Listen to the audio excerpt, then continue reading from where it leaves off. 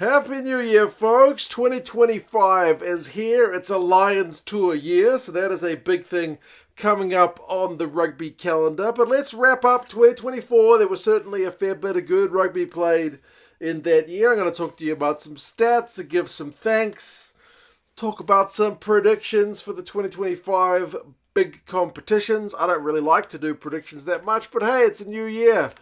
By the time I do these predictions and then the results come in, you'll have all forgotten about what I said in case I was wrong. But as always, folks, thank you so much for being here. As I said, it's a new year of rugby. There are a lot of exciting fixtures to come. And Lions Tour year is always something a bit special. We are going to start with some stats and thanks as we look back at 2024. First, I want to see what was the biggest video, at least on this channel. It was South Africa All Blacks game number 1. Something about the South African All Blacks rivalry, I think, resonates with South African viewers. It resonates with the New Zealand viewers. And I think just rugby fans in general are pretty keen to see how that match goes. I think it's a pretty good draw. It was the World Cup final in 2023. So the fact that we went locked horns again, and it was a close one, but the Box managed to be the better team throughout that game. Yeah, we'll have to see if we can get you in 2025. But yeah, man, it was a big game, and I think quite rightly the number one vid. Second was the rugby laws that got changed at the start of the year. That had a few bees in a few bonnets as they continue to tinker with the rules, which I think it kind of frustrates at times when they can't seem to leave well enough alone. I would like them to leave things kind of relatively stable. But then again, I am a fan of some of the... I think like 50-22s have actually worked out pretty well, to be fair. So, yeah, it can be a bit of a stick in the mud. South Africa, Ireland was also not too far behind as well. That was also a massive series back in 2024. So, some big games and a fair few talking points from the 2024 year. Where was the audience from? Biggest group is again South Africa. You guys can't stop taking out trophies. Well, there's not really a trophy to get most viewed audience from 2 Cents Rugby. But hey, that's what it is. South Africa is number 1. You guys love your rugby. UK is number 2, followed by Ireland, New Zealand, and Australia. That's around about the normal top 5. If we break it down month by month, 6 nations times, Ireland and UK are usually a bit higher than South Africa and New Zealand. And then rugby championship times, it kind of flips. So across the course of the year, it's that decent mix. Outside of the top 5, it's USA, France, Canada, Fiji, and Argentina. So there you go. Welcome all to you folks who are coming from those nations or any other nations around the world. If we scroll all the way to the bottom, there are always a few nations that you don't necessarily expect to have rugby fans in them, but hey, it's a global game. If we break it down by city, number 1 city was Cape Town. Beautiful city I would like to visit one of these days, followed by Dublin, also a place I would like to visit, Pretoria, then my own Auckland, and then London.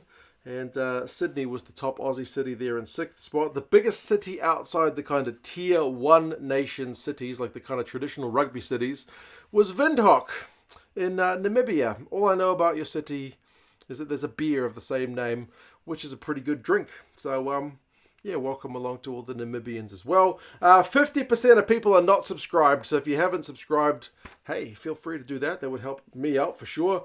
91% dudes, that's kind of pretty par for the course, although I think when I started the channel, it was actually even higher. So welcome along to all the ladies. We welcome everybody in this audience, to be fair. 14% of people even watch with the subtitles on, which when you're talking about the French squad and Matthew Jalibert, tends to come out pretty amusingly. Age-wise, biggest groups, 35 to 44, have just edged out the 25 to 34-year-olds, followed by the 45 to 54-year-olds. There's not much in it, to be honest. So, yes, those are a few stats for this channel across the course of the year. But ultimately, thank you guys for being here, for watching the vids, for dropping your comments and your insights. I love getting involved and genuinely learn a lot because there's a lot more people out there watching games that I might not have seen and other people might not have seen and players that we haven't kind of got on the radar yet. There's genuinely a lot of good banter and a lot of good insights down there. So I really, really appreciate that from everyone who comes along. I also need to say a quick thanks to the patrons who support the channel every month to keep the thing afloat because in the scheme of things, it's a pretty small YouTube channel. But it certainly keeps me busy enough. Special thanks to Jack and Angus, but to all these folks. Do a few extra videos for the patrons. We talk a bit about the kind of Super Brew predictions, any news stories that are coming up, and like the depth chart videos all got put up a little bit earlier on Patreon than on the actual main YouTube channel. But yes, big thanks to all these people. If you want to join them, there'll be a link down to Patreon down in the description. Predictions for 2025. Six Nations is the first contest on the cards. I've had a look at the fixtures list and it's hard to go past Ireland, which is not much of an exciting pick because they are the bookies' favourite. They've only got 2 home games this year, but those 2 home games are England and France. Especially the France one seems like an important one. Scotland, Wales and Italy away. You would back Ireland pretty much every day of the week at the moment to beat Wales and Italy away. The Scotland game could be a pretty fascinating one, but Ireland's record over Scotland in recent years has been pretty exemplary. So if I was picking with my head, I would be going Ireland, and then as the bookies have got it too, France to potentially be their biggest challenger. England could potentially be a bit of a dark horse. They've got Ireland away, but also France and Scotland at home, plus Italy. They've only got the 2 away games against Wales and Ireland. If I had to pick with my heart, like the team I want to win it, it would be Scotland, because they have not won it in such a bloody long time. And they've got a good enough squad to be in with a shout. But every time I say that, they find a way to not even finish second.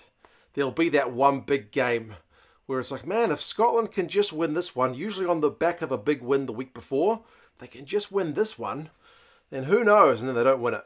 But hey, I said it's with my heart, that one, rather than necessarily with my head. But I think it would be great for Scottish rugby to get their hands on the Six Nations. What can I say? But Ireland, big time favourites, and they'll be my pick too.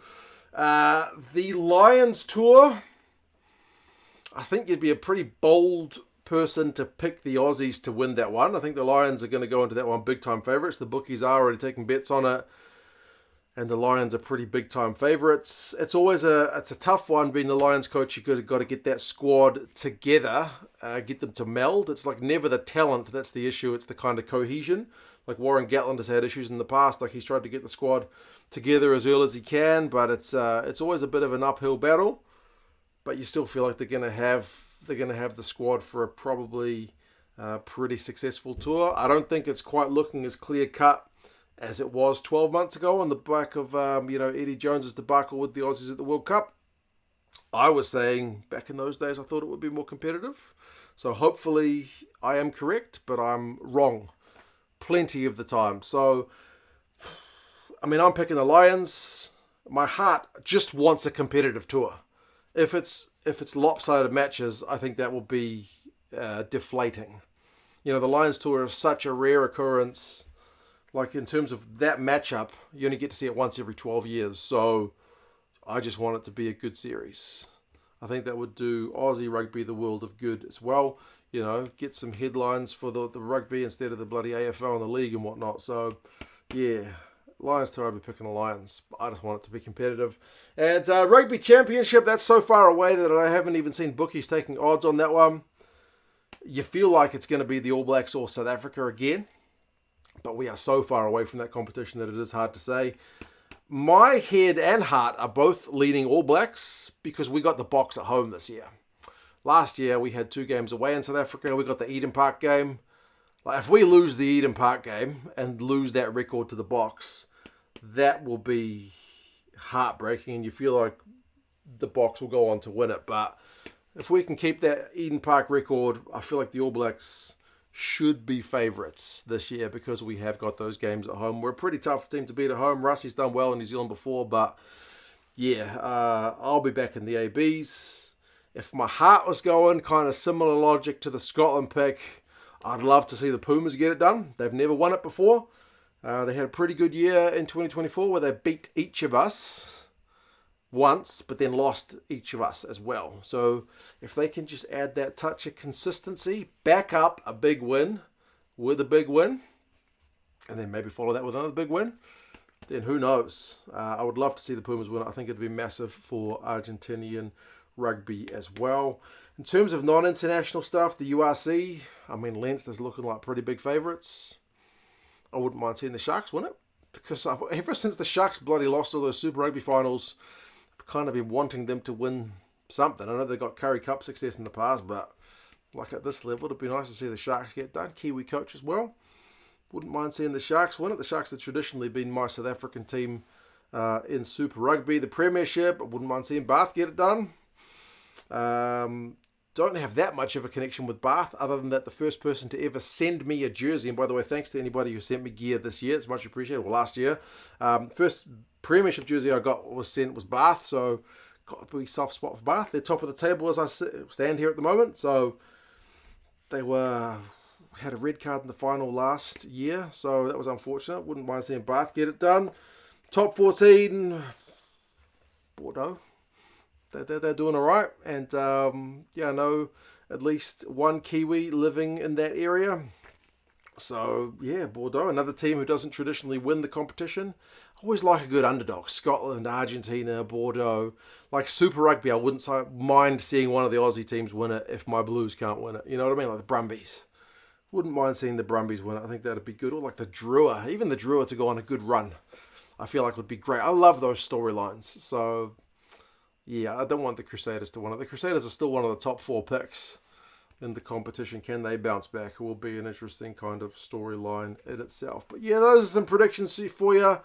I may look back at this video in 6 months and go, geez, what was I thinking? But there you go. That is what it is.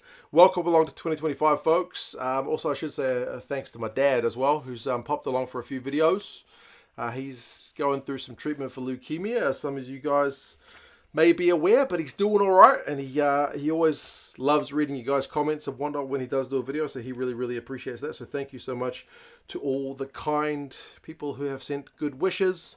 I've done some depth chart videos, if you guys haven't seen them, which looked at the squads from 2024, which coaches have been using which players, which guys have been doing the kind of cohesion or the rotation, and which guys have been deep into the minutes. So there's a playlist probably there. If you guys want to check them out, put a bit of work into them. So if you guys want to watch them, I'd appreciate it. If you want to see me kind of sneak into a Chinese university while speaking Chinese with some dodgy lady who kind of ripped me off but got me in the back way, that's a different channel. That's 2 Cents on Tour. That's something a bit random. But hey, start of a new year, we'll just talk about a bit of everything. But yeah, ultimately, I look forward to sharing some rugby with you guys 2025. It's going to be a big year.